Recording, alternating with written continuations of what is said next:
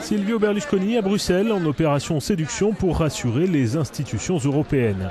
Le plan d'austérité dont il a décidé d'accélérer l'adoption doit sauver son pays.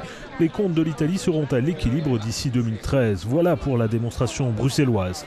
Mais dans le même temps, dans la rue, une poignée de ses compatriotes sont venus dénoncer de la poudre aux yeux.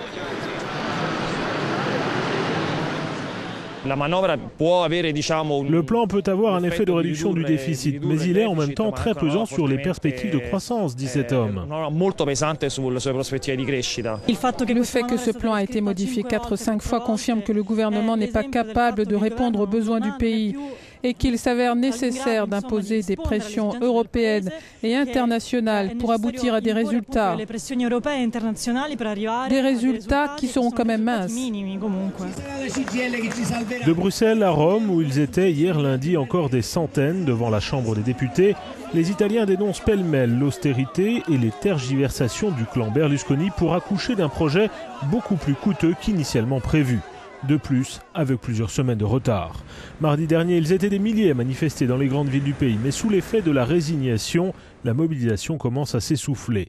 Les chiffres sont là. La dette du pays s'élève à 1 900 milliards d'euros, soit 120% du PIB. Le gouvernement a renforcé il y a 10 jours son plan d'austérité en échange du soutien de la Banque centrale européenne. Parmi les principales mesures, l'augmentation d'1 point de la TVA, ce qui devrait rapporter 700 millions d'euros d'ici la fin de l'année, puis plus de 4 milliards annuellement dès 2013, dit le gouvernement. La taxe sur les plus riches a été revue à la baisse sous l'impulsion du Cavaliere, fixée à 3%.